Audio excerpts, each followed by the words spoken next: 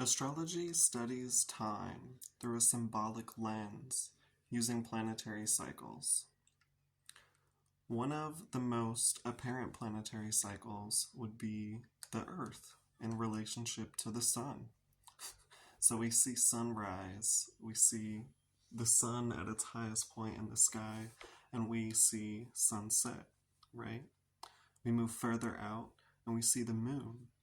We see it wax over the course of half a month, and then we see it at its full expression, lighting up where otherwise would be dark, and then wane over the next half month.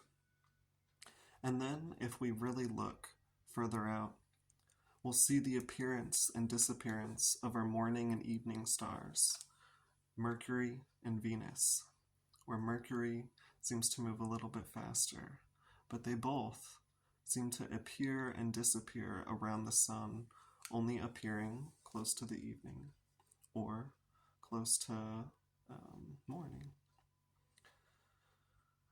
If we keep going, we see Mars and Saturn, the other two planets in our solar system that we can see with the naked eye, or Mars, Jupiter, and Saturn, the other three, slowly forming their own cycles, sort of independent of the relationship to the sun, like the morning stars.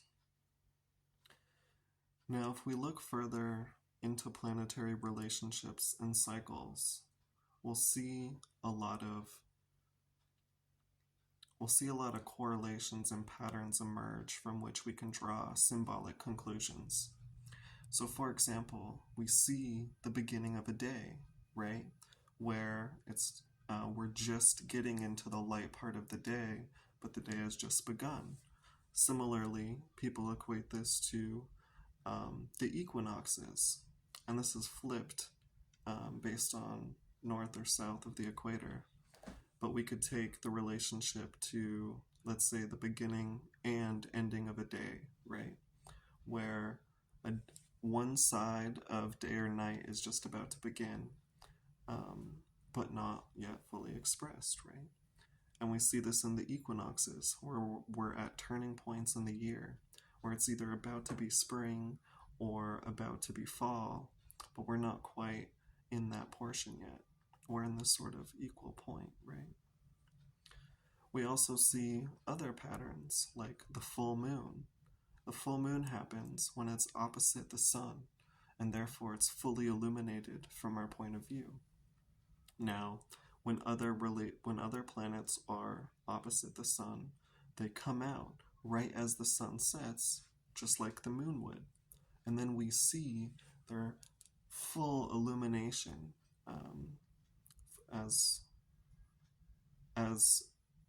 it would be, or we'd see them illuminated as fully as we could, while also seeing them the longest.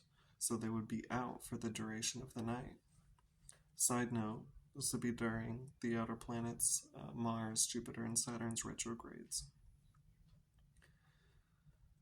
This is a little bit different with Mercury and Venus, where we see them fully or not illuminated at all when they're invisible, and they're actually brightest in the middle of their phases.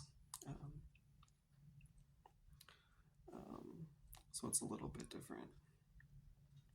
But we see in that this separation that we're already seeing between Mercury and Venus sort of actually being at their brightest in the middle of their phase, which is interesting, because when they are as far as they can get from an alignment between us and the sun, that's when we can actually see them. They're apparent as a morning or evening star, where when they're in alignment, which would either be on the opposite side of the sun, where we couldn't see them, and they're kind of full, or in between us and the sun,